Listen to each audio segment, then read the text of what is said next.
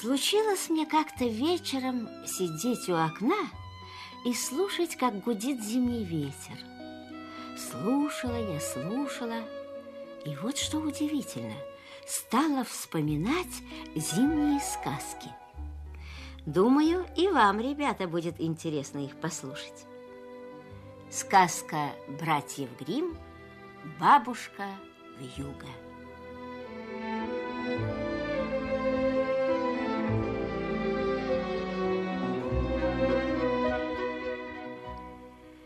Были у вдовы две девочки. Одна красивая да работящая, а другая некрасивая и ленивая. Но вдова ее любила больше, она была ее родная дочь.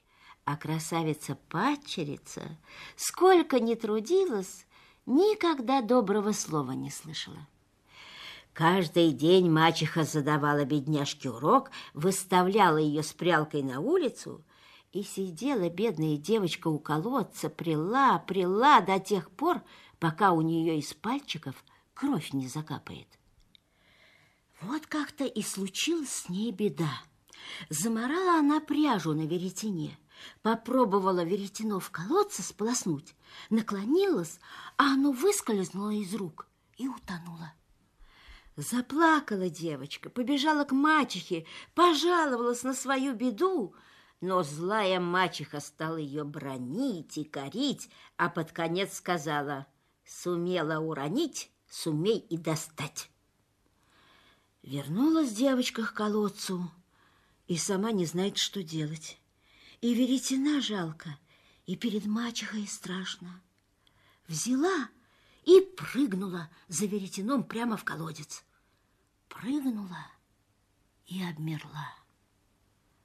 Вот очнулась она, а кругом так хорошо. Лужок зеленеет, солнышко светит, цветы цветут.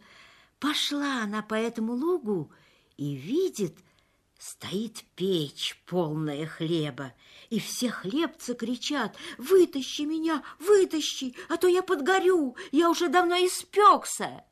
Девочка скорее подбежала и вытащила все хлебцы, ни одного не забыла. Пошла она дальше. Видит, стоит яблоня, а на ней полным-полно яблочек. «Потряси меня, потряси, мои яблочки уже давно поспели», услыхала девочка. Тряхнула девочка яблоню, яблоки так и посыпались градом. Стряхнула она все яблоки до последнего, сложила их горкой и пошла дальше. Шла она, шла и дошла до какой-то избушки. Оттуда выглянула старушка, да с такими большущими зубами, что девочка испугалась и бросилась бежать. Но старушка крикнула ей вслед: «Чего испугалась, дитятка? Оставайся лучше у меня. Помоги мне по хозяйству, будешь хорошо работать, и тебе неплохо будет. Ты, главное, стели постель как следует, получше перину взбивай, чтобы пух летел, и будет тогда на всем свете снег идти. Ведь я знаешь кто? Бабушка Вьюга». Старушка говорила так ласково, что девочка осмелела, вернулась и согласилась у нее остаться. Прилежно взялась она за работу и во всем старалась бабушке угодить. А уж когда она перины взбивала, пух так и летел кругом, словно снежные хлопья. И жилось ей у бабушки Вьюги хорошо.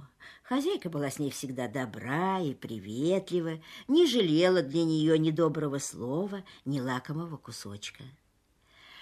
Долго ли, коротко ли жила девочка у бабушки Вьюги, но что-то стала грустить и тосковать.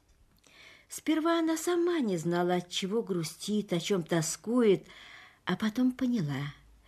Хоть и жилось тут куда лучше, чем дома, взяла ее тоска по родной стороне.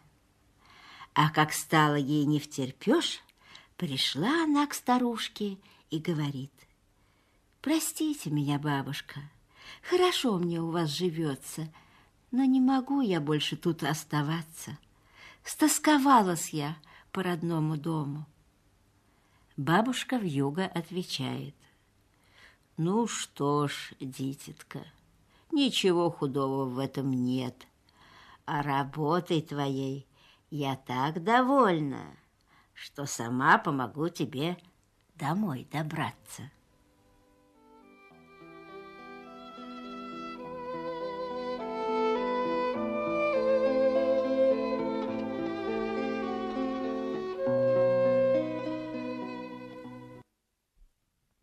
Взяла бабушка вьюга девочку за руку и повела. Вскоре пришли они к высоким воротам. Ворота сами собой распахнулись, а когда девочка в них вошла, вдруг хлынул на нее золотой дождь и всю ее озолотил.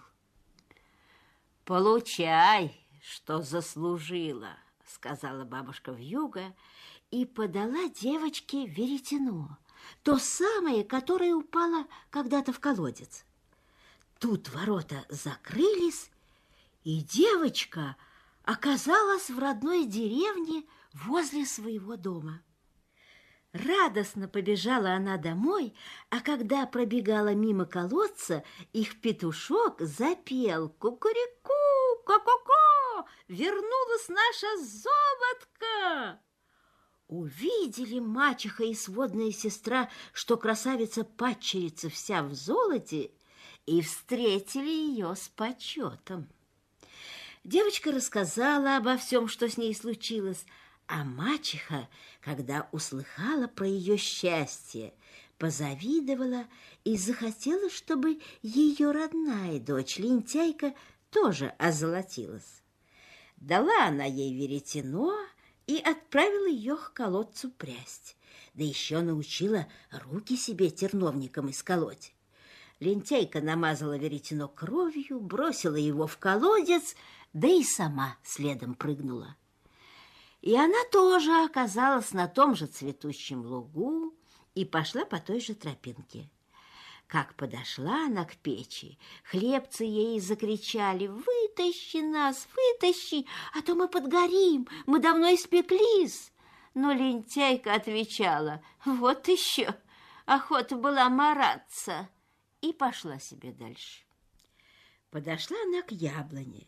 Яблоня ее попросила: «Потряси меня, потряси, яблочки уже поспели». «Охота была надрываться», — отвечала Лентяйка. «Еще как бы меня не зашибло». И пошла себе дальше. Пришла Лентяйка к бабушке вьюге.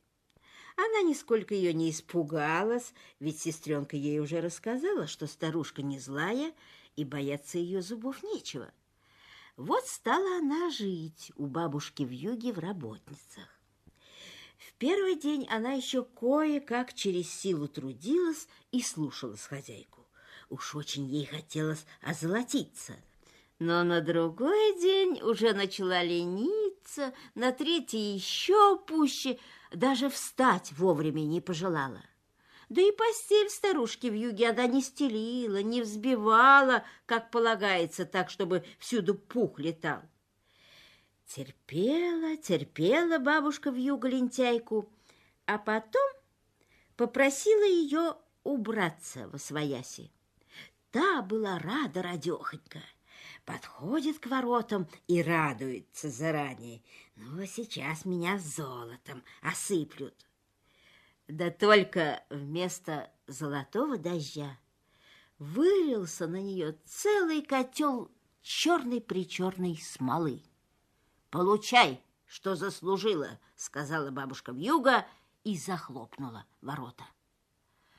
Подошла Лентяйка к дому, вся-то в смоле. Петушок на колодце и запел: «Кукуреку, ко-ко-ко-ко, явилась наша чучелка». Это бы еще ничего, да, говорят, смолу эту Лентяйка за всю жизнь отмыть не сумела.